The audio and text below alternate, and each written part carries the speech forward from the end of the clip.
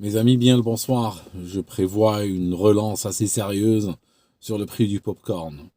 Pour cela, regardez ce qui se passe du côté de la Chine. Alors, Monsieur Biden Robinette a envoyé Madame Nancy Pelosi traverser le Pacifique Nord, arriver en Asie, où elle est en train de faire des tours à portée de la Chine, façon cible mouvante. Alors, le gars, non content d'avoir provoqué un gros merdier en Europe, merdier dont on n'a pas fini de mesurer les conséquences, même on n'a pas fini d'en subir toutes les conséquences. Il fait quoi maintenant? Il veut lancer un autre front en Asie. Mais il n'est pas fou, le mec. Il n'avait pas envie d'envoyer des cartes trop lourdes et les perdre dans la région. Donc il fait quoi? Il prend Nancy Pelosi, il la met dans un avion. On a atteint l'époque, mes amis, où les momies volent. On a une momie sur réacteur, littéralement. Deuxièmement, il a fait quoi? Il a pris, au lieu de prendre un avion conçu pour ce genre de voyage, un avion qui, dans le civil, aurait par exemple obtenu de l'étope 180 ou autre pour traverser le Pacifique dans de bonnes conditions de sécurité, il l'a foutu dans un Boeing 737-700. Il n'y a aucune compagnie civile qui aurait pu vendre des tickets sur ce trajet-là, dans le marché civil. Donc, il la met avec deux pilotes qui sont probablement dans une ambiance kamikaze, et ils partent, donc, n'est-ce pas, ils partent en corbillard, traîner du côté de la Chine. Bon. La Chine dit que si Pelosi atterrit à Taïwan, les risques d'invasion de cette île vont monter au plafond. La Chine prévoit l'invasion de Taïwan depuis très longtemps et d'après certains analystes, la meilleure saison pour envahir Taïwan serait septembre-octobre, parce qu'il y a un détroit de mer de l'ordre de 150 km entre les deux pays, et la Chine, si elle veut faire cette traversée dans les meilleures conditions, eh bien, il y a une période de l'année qui serait très propice, c'est septembre-octobre. Autrement, le reste du temps, la météo est assez dégradée. Les États-Unis, s'ils veulent protéger Taïwan, eh ben, il y a Hawaï qui est à 7000, 8000 km, et il y a la terre américaine, le continent américain, qui est encore à une distance comparée donc aux 140 km. Et en plus, question carburant, il va falloir le trouver, hein, parce que là, l'énergie est en train de on est en train de voir littéralement une scission de l'économie mondiale avec un groupe qui contient la Russie, la Chine, l'Inde, l'Afrique du Sud, le Brésil et de plus en plus de pays. Le dernier pays qui pense les rejoindre, c'est l'Algérie. Donc on a un groupe de pays qui se constitue autour d'une économie qui est basée sur du tangible. Ça veut dire que basée sur des matières premières qui sont en train de se scinder d'un Occident qui a détruit durant des décennies, qui a détruit ses moyens de production pour des raisons financières, des raisons idéologiques le plus souvent, pour faire de la délocalisation et puis profiter de salaires bas à l'étranger, qui aujourd'hui vont se retrouver dans cette scission, victimes justement d'un système qu'ils ont causé. Hein, c'est auto-infligé. Ça veut dire que non content, par exemple, les États-Unis non contents d'imprimer du dollar et de vivre au crochet du monde entier, ils commencent à armer le dollar littéralement. Ça veut dire, ah oui, toi tu y accèdes, toi pas. Toi tu accèdes à ce marché et toi pas. Le problème, c'est que on a constaté ces derniers temps que quand on dit à un pays, toi tu n'accèdes pas au dollar, c'est comme si on lui disait, toi on va pas te voler. Et c'est pour cette raison que les pays qui ont subi ces derniers temps les sanctions, eh ben, ils vont très bien. Et c'est les pays qui les sanctionnent qui vont mal. Ça prouve que la relation était déséquilibrée à l'origine. Ça prouve que, effectivement, ces pays, au fond, se disent, vous nous entubez depuis des décennies, et puis maintenant, en plus, vous vous permettez de vouloir nous faire un blocus, ben ok. On fonde une économie basée sur les matières premières. Et on vous laisse avec une économie basée sur la dette et de la monnaie imprimée artificiellement. Et plus de moyens de production. Donc, aujourd'hui, si on regarde du côté États-Unis, Europe et tout, surtout l'Europe qui sont encore plus dépendants, la situation est pré-catastrophique. Parce que regardez, un jour par exemple, hein, prenez monsieur Biden, un jour il téléphonera à la Fed pour leur demander d'imprimer de l'argent et ils lui diront on n'a plus de papier. Parce que le papier, il venait de je sais pas quel pays de BRICS, et puis finalement, ben, on n'a pas reçu livraison parce que il y a un blocus, parce que voilà, les marchés, les prix ont explosé, il y a de la rareté, terminé. Comment on peut fonder une économie sans moyens de production? Comment on peut fonder une économie sans matières premières, sans énergie? Et aujourd'hui, ce que nous constatons, par exemple avec l'histoire du gaz, par exemple aux États-Unis, BASF a constaté une augmentation en un trimestre de sa facture de gaz de l'ordre de 800 millions d'euros. Donc, il est en train d'arrêter un certain nombre d'unités de production, en particulier ceux qui produisent de l'azote. L'azote sert pour les engrais. Les engrais vont servir pour quoi? Pour les fermes. Comme par hasard, on va retrouver toujours cette obsession de vouloir arrêter les fermes, arrêter les moyens de production alimentaire. Il y a toujours cette obsession-là en Occident qui continue, qui malgré les crises que nous voyons, ils continuent toujours à détruire leurs moyens de production, comme ils l'ont fait dans la Première, la Deuxième Guerre mondiale et d'autres guerres qu'ils ont provoquées, très souvent pour juste annihiler, détruire les moyens de production. Et là, ils utilisent d'autres moyens, comme par exemple le réchauffisme, etc. Mais là, ils sont en train d'aller vers une situation quand même relativement finale. Donc, on a de ce côté des pays qui travaillent avec la dette, avec le papier, n'est-ce pas, avec l'argent papier, et de l'autre côté des pays qui réalisent finalement leur force, ils disent on est des milliards, on a de la main-d'œuvre, on a beaucoup de jeunes, on a une population prête à travailler, on a les matières premières, et finalement vous avez quoi? Parce que demain, quand BASF a décidé par exemple d'arrêter la production sur certaines unités à cause du gaz, demain on peut avoir Airbus qui s'arrête de fabriquer des avions parce qu'il y a des alliages qui manquent, demain on peut avoir des sociétés d'automobiles, de fabrication d'automobiles qui vont arrêter leur chaîne parce que soit pour l'énergie, soit parce qu'il y a une matière première qui manque, soit parce que le fabricant de pneus dit moi j'ai plus de ressources pour en fabriquer. Donc voilà un petit peu où c'est en train d'aller. Et tout ça à cause de l'armement de l'économie qui dure quand même depuis pas mal de temps. Vous voyez le truc? C'est ahurissant ce que nous sommes en train de constater.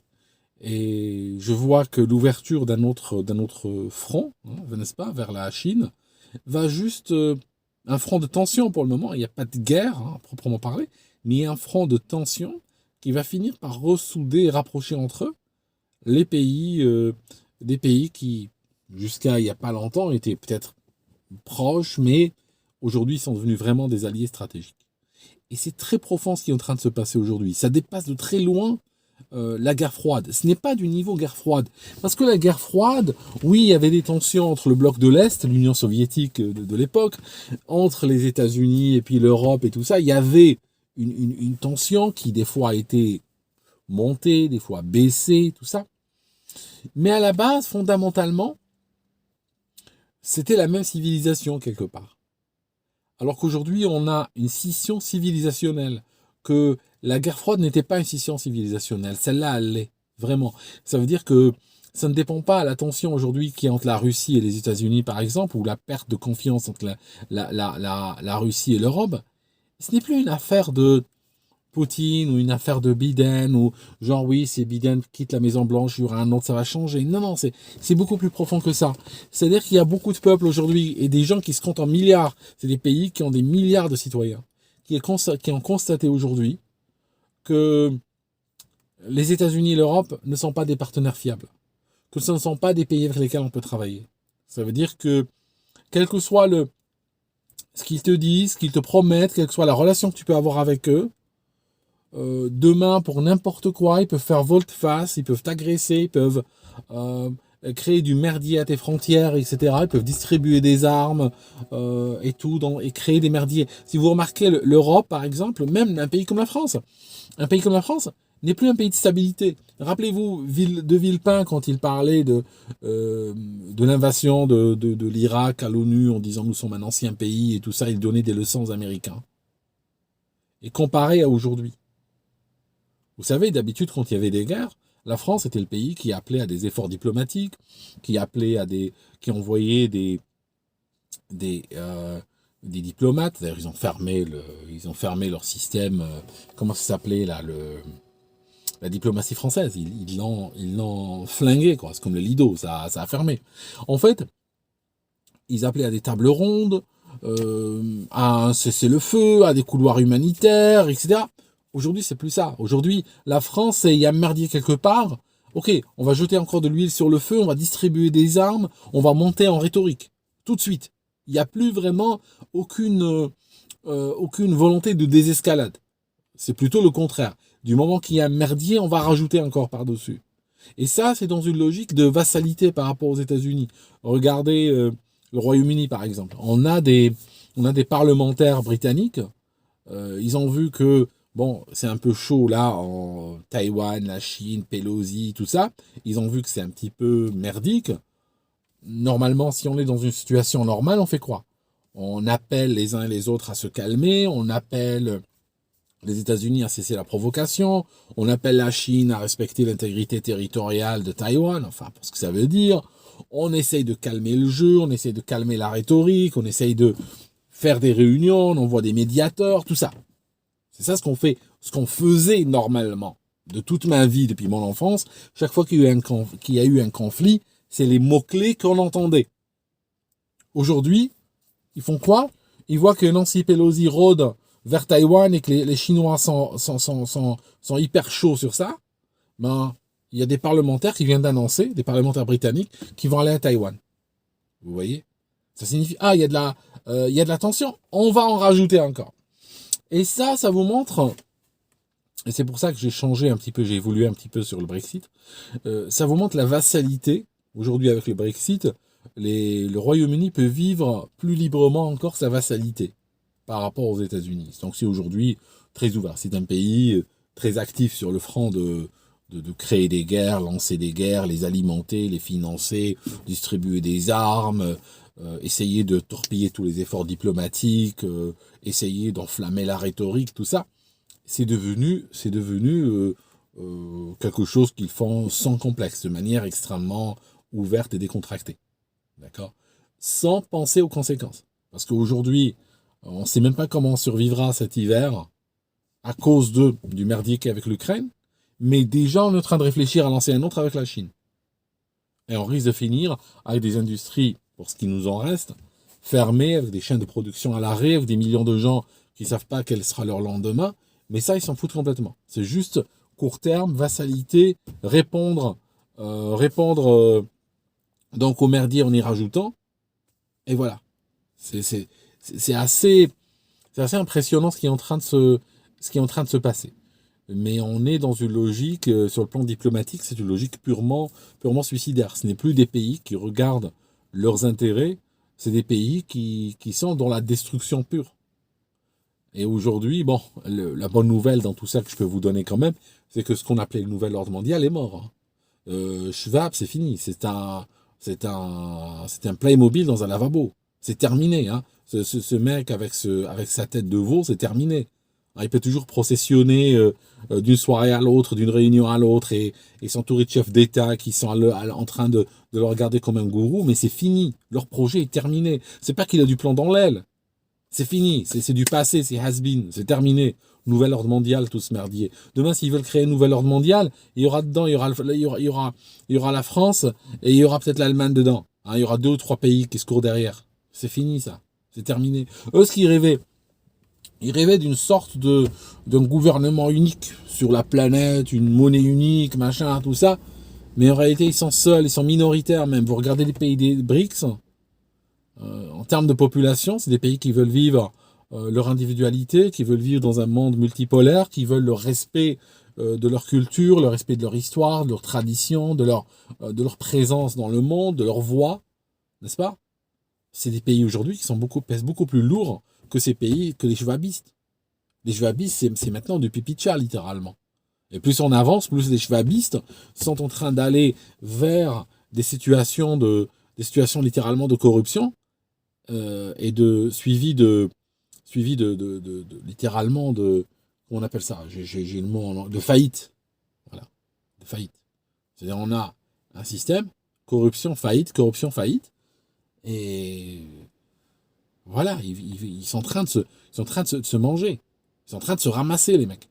D'accord?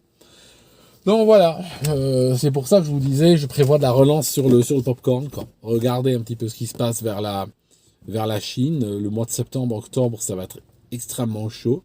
Euh, Par contre, ça risque d'être un petit peu différent par rapport à l'Ukraine, hein. Je pense pas qu'on aura le temps d'organiser des Eurovisions ou autre, hein. Ça va être extrêmement rapide. Vous allez voir la dépêche que la Chine a envahi Taïwan. Et 5 minutes plus tard, vous allez voir la dépêche qui dit que l'invasion de Taïwan est terminée. C'est réglé, hein. Ça sera aussi rapide que ça. C'est une toute petite île, 300 km de long, 140 km de large, qui se trouve à 150 km de la Chine. Donc, littéralement, quand le premier soldat sera arrivé à Taïwan, le dernier n'aura même pas quitté la Chine encore, hein. Ça sera quelque chose d'assez grandiose, hein. Parce que les Chinois, ils font pas dans la demi-mesure, hein. Ils font pas dans la dentelle, hein. Je dis pas que c'est des gens gentils, hein. Je suis pas pro-chinois ou autre, hein. Je tiens à le dire, mais bon, euh, c'est pas, euh, c'est pas des gens qu'on va provoquer, quoi. On va pas chercher le merdier avec eux, hein.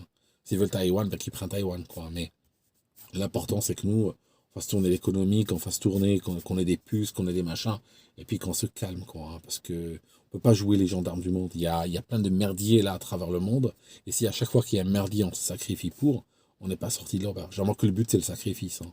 C'est pas régler le merdier, c'est l'empirer pour nous donner un hôtel pour se sacrifier. C'est peut-être ça le but aussi, hein.